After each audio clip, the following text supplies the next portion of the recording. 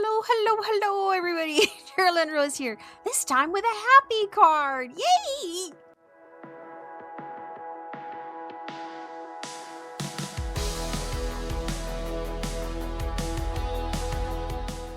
This was my take on a card that was originally done by Walter. He had a workshop on it, and I cased it. And case means to copy and share everything or copy and selectively edit.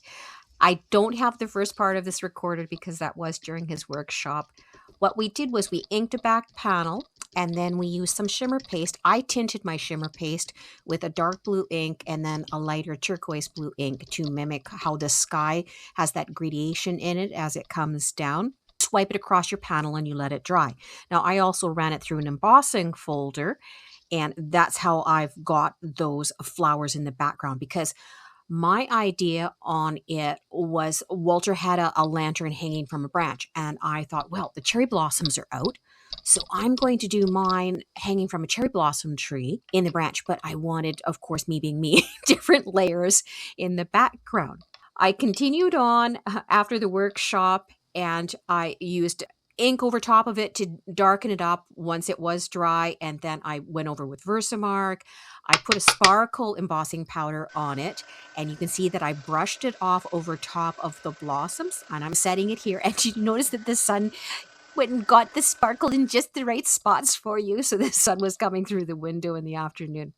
Now, I've gone back in with a white pigment ink, and I'm going over top of just the blossom parts. And I've got one blending brush that I have that is exclusively for that pigment ink. Now, you can also dab it off on like your panel so that you don't contaminate the ink pad. I wasn't worried. I just wiped off the little bit of blue that actually got on the top. So I've put that aside to let the pigment ink dry, and the branches, I used a background layer of brown ink, and then I brought out a darker brown ink, and I'm dragging it across to get like a branch texture. And then I spritzed it with water to activate them so that they would spread. And then I dabbed them ink to get some ink smushing on it. So you've got several layers of texture on it, the way that branches do, that they're quite rough, right?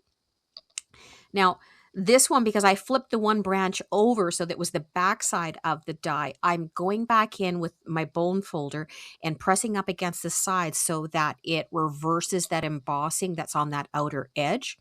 And so you can see I've got the two branches now coming in from either side. All right, I pulled out just the blossoms part of the sweet apricot set. I've got those in a white, but I'm going to go back in with yellows on the inside, and then a lighter pink, and then a darker pink just on the outside at the very end. It's like that cherry pink that goes into a white, and then just a little bit of the edging around the outside that you see on the blossoms this time of year.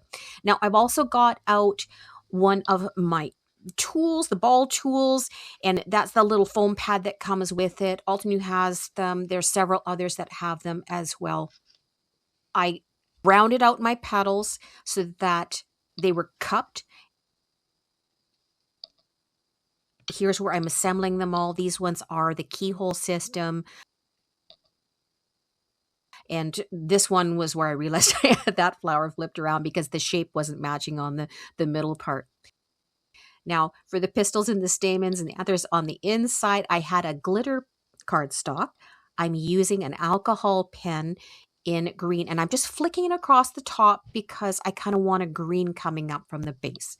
So now we will put those on top, and then you end it off with the little round portion for a couple of the blossoms in it. All right, we are also using the Have Faith die set. Now, I wanted to chop off the have part because I only wanted the faith. So what I'm doing here is I've already got that chopped off, and I'm just making certain on that one edge that I've got it rounded properly. And again, with the bone folder, those were cut edges there, so I had to put a rounding on them.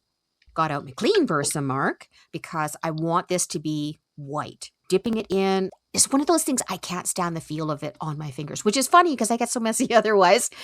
But I typically press it in with my tweezers. This is a UT. It's one of the ultra thick embossing powders. So that's layer number one. I'm going to keep dipping it in the Versamark and keep dipping it in the powder, and I will build it up so that it's got a domed appearance to it over top of the faith. And it's a wonderful embossing powder because it has like an iridescence to it, like a pearlescence. I love it personally. Oh, the lanterns. Yes. So I had to have a lantern. I didn't have the one that Walter had, so I just used the ornamental lanterns. I'm running it through with some brushed gold metallic cardstock. I'm also going to take these and flip them over, and I'm going to run them back through so that we get a burnished look on top of the lanterns. And it will put kind of the little textures and the creases from your cutting pad into it. You see? And it's not quite so shiny. Using an alcohol marker, I'm going to go back over top of the back one, and then the top one, I will use another alcohol marker, but just in certain spots to kind of give it that look that you see. Because of course, lanterns are always reflecting stuff, and so it's putting reflections all over it instead of just having just one straight metallic gold. Using one of the Easter wishes, cutting that out. And here's where you can really see where originally that have sticks out from the faith. I thought, okay, it's not standing out enough. I needed something behind that white. Grab some gloss black cardstock, and that's going to be my background shadow layer behind it. So this now gives it a bit more contrast. You see how it stands out better? And taking my alcohol marker in black, going around the outside edge of our sub-sentiment that we had cut out from that Simon Says stamp pack, the strips. Also, the candle. I didn't have the one that Walter had, so I used the festive wreath one.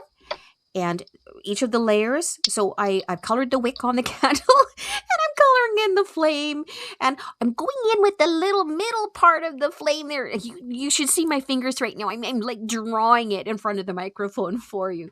And for whatever reason, I just kept Mickey-ficking around with this card, and I kept setting things into place just to see how they are. And this is what I did with the candle too. Instead of just assembling it, I just kept putting things over top of themselves and just, oh, how does that look? Oh, okay, well, all right, I was satisfied with that. And then I would go off and mess with something else.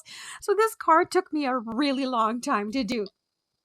Now for the inside of it, because this is a big card, this is a 5x7. I needed to get out my big stamp reel because you can see at the top, I've pulled the one side off so I can fit that card in. I can't fit it in my Misty.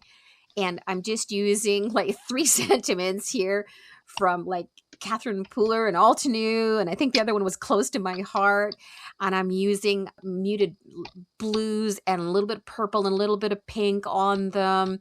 Some of them I brushed on, and some of them I brushed off, and just kept building it till I got that Easter-ish color that would also go with the front that I wanted. And I thought, well, pink and blue together make a muted purple.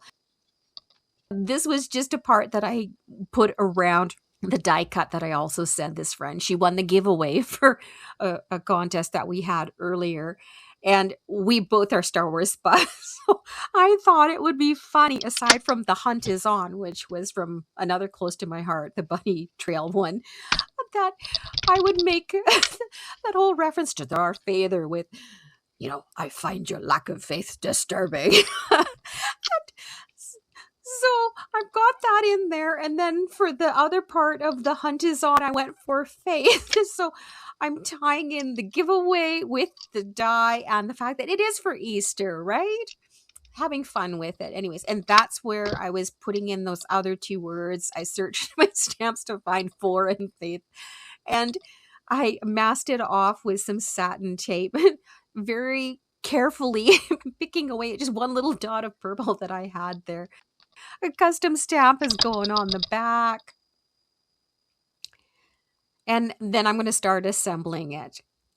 So here's again, I had to decide where am I going to put that last cherry blossom. I mean, you can see what I've done is I've haloed them around what is going to be the sentiment area and what's going to be the lantern. But first, what we had to do with the lantern is we had to get some gold, the glow in the background. Walter showed us how to do this, and he put his as well on the blossoms because he had a larger magnolia style blossom. Mine, the little cherry ones, they wouldn't have showed up. I also put some acetate in my lantern so that it has that glass effect to it. Now, these flowers, because they are cupped, I used some ultra sticky tape just in the middle, in the parts that wouldn't show, and then I used glue on the middle part of it, not to the outer edges of the flower, but just the middle part to get them to stick down on this panel. And you can see I had that one turned around the wrong way. I was like, no, couldn't put it in that way. Had to flip it around. Oh my goodness. So just gluing them all in turn, and I've gone through for each of the blossoms in that manner. Right now you can see that we've got the background blossoms that are muted out in white with a bit of pink, and then we've got the blossoms more up towards the front that have got that deeper color, the way that you would see at nighttime. Because of course you lose your colors the farther something gets away from a light source. The faith is going down. Easter wishes, I think for Easter wishes, because there was one part of the embossing that stuck up, I think I had a bit of foam tape just on the one side. I'm putting that down, and you can see as well that I framed it with a light blue, which brought in the lighter blue from the bottom of the panel, and that one as well I reran through that blossom branches embossing folder so that it carried on that theme. I pulled a Jennifer McGuire too and put little half pearls just in the middle of the flowers. Just a little bit of shiny, shiny bling bling. So that's the finished card. And that's the giveaway portion. And there were some other like Easter treats that I put in there for her too. She's one of my wonderful friends from here. Very blessed to have met her through our social media. For those of you in the Northern Hemisphere, I hope you're enjoying this spring and whatever holidays you do observe. You go be that change you want to see in the world. Thanks for watching. We'll catch you all next time, okay? Bye-bye, everybody.